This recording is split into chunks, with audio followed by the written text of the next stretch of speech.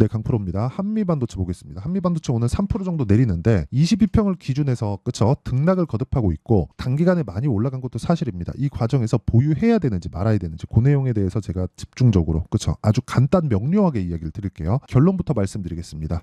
팔고 다시 사야 됩니다. 근데 팔고 다시 사는 과정에서 물량을 조절할 필요가 있습니다. 그 물량 조절은 뭐 팔고 나가고 다시 사라 그런 게 아니라 내가 너무 부담스러운 물량을 가지고 있다면 지금은 단기적으로는 매도하는 게 맞아요. 근데 매도하는 과정에서 우리가 추가적으로 매수할 수 있는 상황을 계속해서 생각했을 때 꾸준하게 수익을 볼 수 있는 계좌를 만들 수 있을 거예요. 그리고 이런 과정에서는 하이닉스의 시세를 이해할 필요가 있습니다. 그리고 오늘 하이닉스의 실적이 발표가 됐죠. 첫 번째 그 내용부터 보겠습니다. 하이닉스 1분기 영업이익 2.8조, 예상치는 1.8조였습니다. 역대급 하이닉스 깜짝 실적 이렇게 나왔고 시장 기대치 1조 이상 웃돌아 디램이어 낸드 SSD입니다. SSD까지 흑자 전해냈다. 근데 이거는 삼성에서 만들어준 거예요. 삼성에서 감산을 확 하면서 그쵸? 감산하고 물량을 안 내보내면서 가격을 인위적으로 올렸습니다. 근데 이런 쪽은 계속해서 적자를 보고 있었던 낸드 쪽에 대한 부분이 있었기 때문에 너무 당연했었다는 거죠. 그러면 이걸 가지고 우리가 어떻게 해석을 해야 되냐? 간단합니다. 원래 AI 반도체 수요가 없었잖아요. 그러면 올해 들어서 그쵸? 작년 한 중반, 후반 이 정도 이후에 반도체 종목군들의 가격대가 반등하기 시작했어야 되는데 작년 초부터 반등했죠. 그리고 지금 1년째 강세 중에 있습니다. 왜요? AI 반도체 때문에 그래요. 그러면 지금 실적이 전환되고 있는 여기 D램, 낸드 그쵸? 이런 쪽에 대한 부분은 아직 가격 적용이 안 되어 있다는 겁니다. 이 밑에 보면 투자계획 확대 전망, 청주, M15X HBM 생산 기지로 바꾸겠다. 자, 원래 이거는 2022년 말에 나온 거예요. 근데 지금 HBM이 그때는 되게 지금처럼 막 그러지 않았었단 말이죠.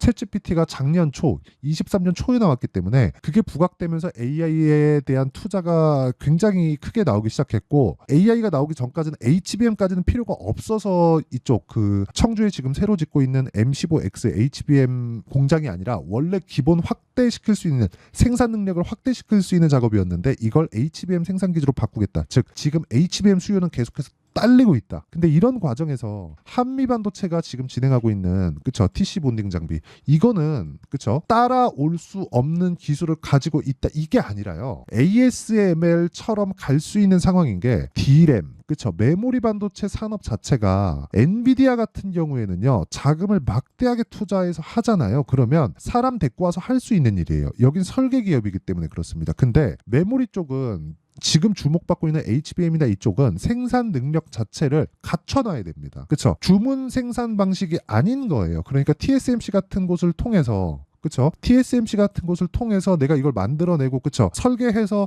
이렇게 만들어줘 하면은 만들어주는 게 있는 게 아니에요.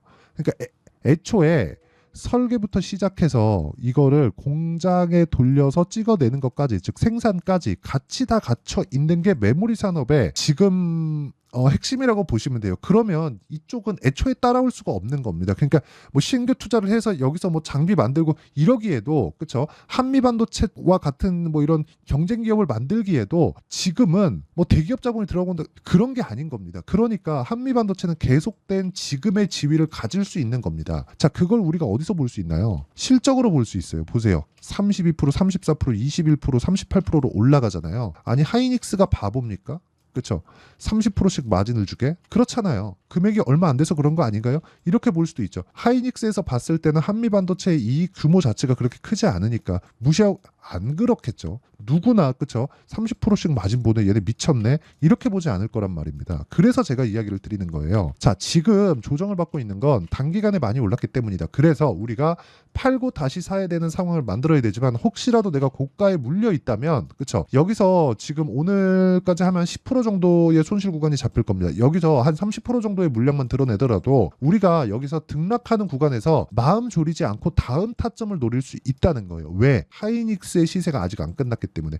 지금 실적이 나온 건 낸드에 대한 전환점 이런 부분이 명확하게 여기 다 나와 있잖아요. 그렇죠. 물론 이게 기사인데 이거 실제 제가 보고서를 뜯어가지고 본다고 한들 내용 자체가 그렇죠. 복잡하고 어렵기 때문에 정리된 내용을 보여드리는 겁니다. 그렇죠. D램이요 낸드도 흑전. D램은 뭐가 포함되어 있어요? HBM. 그러니까 낸드도 좋아지고 있다는 겁니다. 그러면 반도체에 대한 시세 즉 실적에 대한 부분, 경기에 대한 부분은 턴어라운드가 됐다. 이런 과정에서 한미반도체를 봤을 때 HBM으로 인해서 상당 부분 많이 올라온 것은 맞지만 추가적으로 기존의 수요가 돌아왔을 때 실적이 추가적인 상승폭을 더 크게 키울 수 있고 이런 부분에 대한 시작점이라고는 볼 수 없죠. 많이 올랐으니까. 그렇죠. 변동성이 커지는 구간에서 수익 돈은 벌 수 있다는 거예요. 그러려면 우리가 타점에 대한 이해가 필요하다. 즉 하이닉스가 빠지는 건 먼저 올랐기 때문에 빠지는 거고 이런 구간에 대해서 실적이 잘 나왔다고 하는데 주가 빠지네. 팔아야 되나? 소문에 사서 뉴스에 파는 게 맞나? 이렇게 생각할 필요가 없다는 겁니다. 결과적으로 그래요. 지금은 반도체를 아직까지는 사야 될 때다. 하지만 선별해서 사야 될 때다. 근데 그 선별하는 기준이 되는 게 어떤 걸 하고 있어요가 아니라 가격이라는 겁니다. 올라가고 있는 종목, 가장 강했었던 종목, 그런 종목군들을 노릴 수 있어야 돼요. 왜?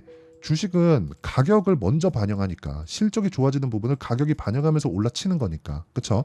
그래서 이런 실적에 대한 부분, 그렇죠? 실적에 대한 부분을 가지고 뭐 이 주식이 싸네 비싸네 이런 걸로, 그렇죠? 뭐 탁상 행정하듯이 이렇게 하는 게 아니라 우리는 가격 보고 실전에 뛰어든다. 그렇죠? 그랬을 때 타점에 대한 이해가 반드시 필요하다. 타점이 정말 중요하다는 거예요. 그래서 타점에 대한 이해가 됐을 때 이 정도의 매매가 가능합니다. 오늘 같은 경우에도 보세요. 시장가 매수 DIT, YC 이런 식으로 매매 진행이 됐죠.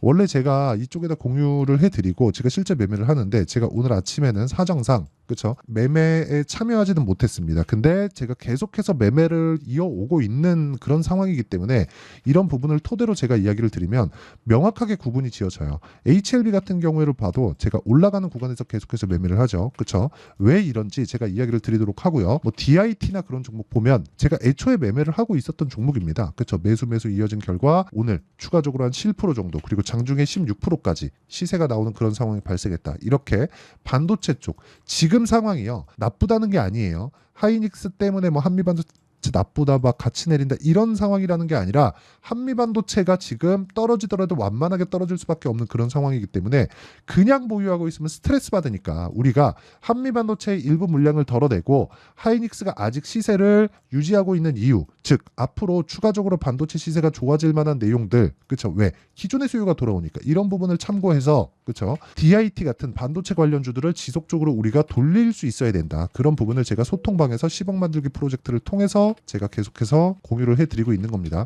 YC 같은 경우에도 그래요. 보세요. 팔고 오늘 제가 매수를 했어야 되는 건데 못했습니다. 그러니까 1% 수익, 20% 수익을 보고 오늘 추가적으로 매수를 했어야 되는 건데 제가 못했어요. 여기 원래 비가 찍혀야 되거든요. 근데 사정상 못했습니다. 아침에 제가 좀 그런 사정이 있었습니다. 급하게 화장실을 가야 되는 좀 그런 내용인데 어쨌든 그렇습니다. 지금 중요한 건 그거예요. 반도체 쪽 시세는 아직 끝난 게 아니다. 하이닉스가 떨어지는 건 반도체 쪽에 대한 가격 부담을 해소하는 거지. 그쵸? 도망가거나 도망쳐야 될 때, 그쵸? 매매를 막 뭐 보유하고 있는 거 다 팔고 그래야 될 때가 아니다. 그쵸? 그래서 그런 부분을 제가 소통방에서 다 공유하고 있으니까 구독과 좋아요 눌러주시고요. 상단에 있는 전화번호로 10억 또는 소통 이런 식으로 그쵸 문자를 보내주시면 제가 소통방 입장 링크를 순차적으로 공유를 해드리도록 하겠습니다. 자 내용 간단해요. 제가 어떤 식으로 매매하는지 명확하게 보시면 됩니다. YC 같은 거 원래 YIK였거든요. 제가 팔았잖아요. 근데 또 올라가죠. 또 사야 돼요. 뭐 제가 좀 화장실이 급해서 공유만 해드리고 못했는데 그쵸 굉장히 중요하게 생각하고 있는 거다. 뭐 그렇게 봐주시면 될 것 같습니다. 근데 올라가고 있는 종목을 계속해서 매매를 하고 있다. 뭐 다른 종목도 마찬가지예요. 뭐 자람 테크놀로지 같은 거 보잖아요. 올라가는 구간에서 다 샀을 때 이런 수익이 나왔다. 그리고 이런 내용을 제가 소통방에서 다 공유를 합니다. 그래서 매매하는 과정에서 내가 너무 어렵게 진행하고 있다 이렇게 보시면 와서 배우시고요. 구독과 좋아요 눌러주시고 상단에 있는 전화번호로 구독 또는 뭐 10억 소통 이런 식으로 문자 보내주시면 제가 구독자 인증해드리고요. 소통방 입장 링크를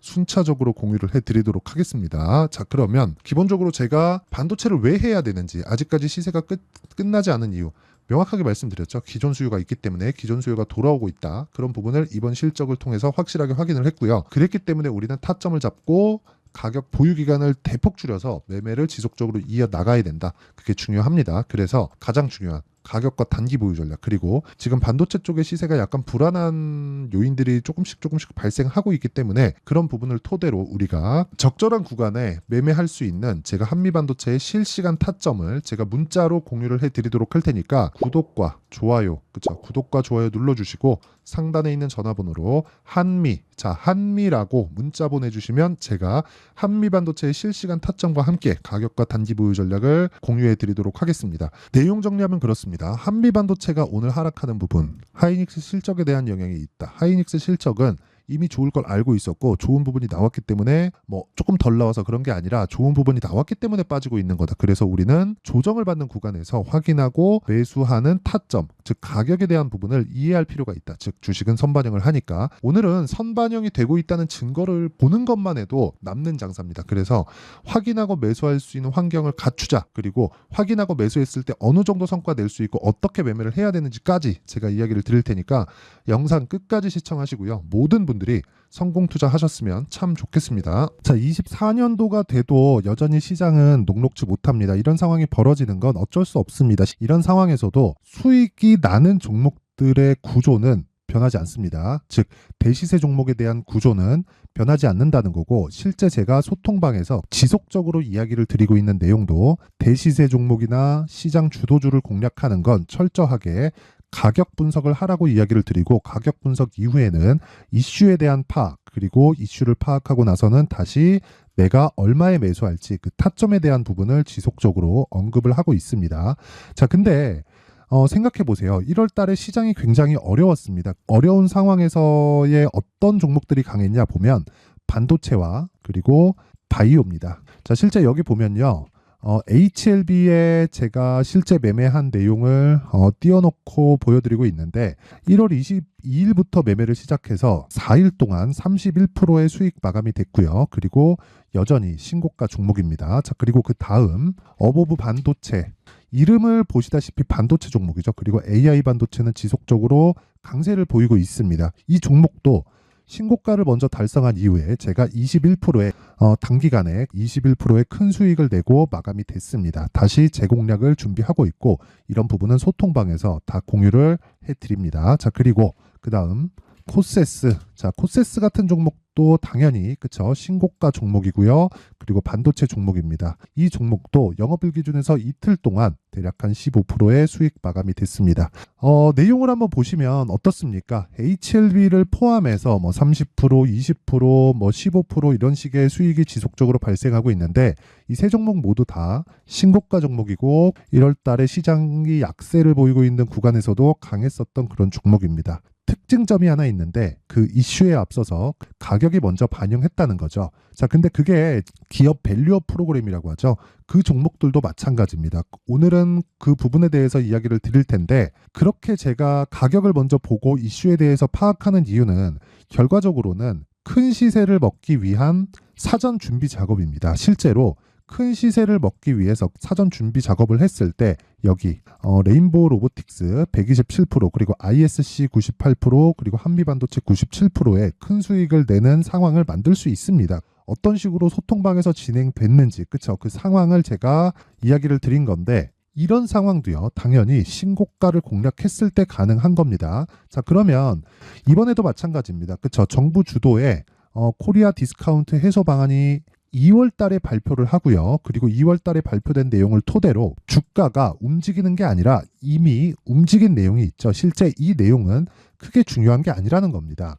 실제 움직인 내용을 보면, 자, 기아차입니다. 실제로 12월 달에 신고가를 만들어 놓고 정부에서 입김을 불어 넣으니까 순식간에 기아차를 포함해서 현대차 같은 거대 기업들의 주가가 2주도 채 되지 않아서 40% 정도의 큰 시세를 냅니다. 자, 그러면 우리는 어떤 종목을 봐야 될까요? 이슈를 파악해야 되는 것도 맞지만 철저하게 가격에 맞춰서 매매를 해야 되는 게 당연히 중요합니다. 정부가 주도하는 정책 방향이 있겠죠. 그 방향에 맞춰서 우리가 종목을 찾을 필요가 있다.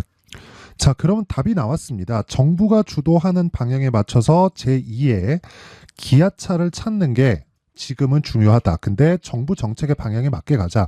그랬을 때 앞서서 제가 보여드렸었던 내용인 여기 레인보우 로보틱스 127% 그리고 ISC 98% 그리고 한미반도체 97%와 같은 수익을 낼 수 있습니다. 물론 시간에 대한 부분은 최소 2주의 시간이 필요하고요. 그리고 최장 3개월 안에 끝내야 됩니다.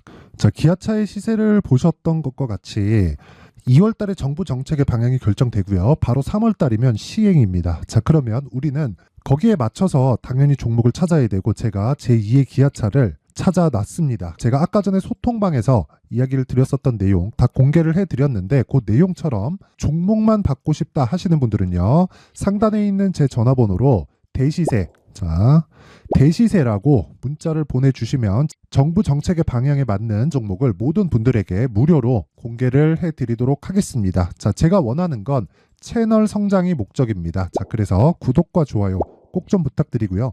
모든 분들이 정부 정책에 맞는 방향으로 매매를 이어가서 큰 수익 보셨으면 좋겠습니다.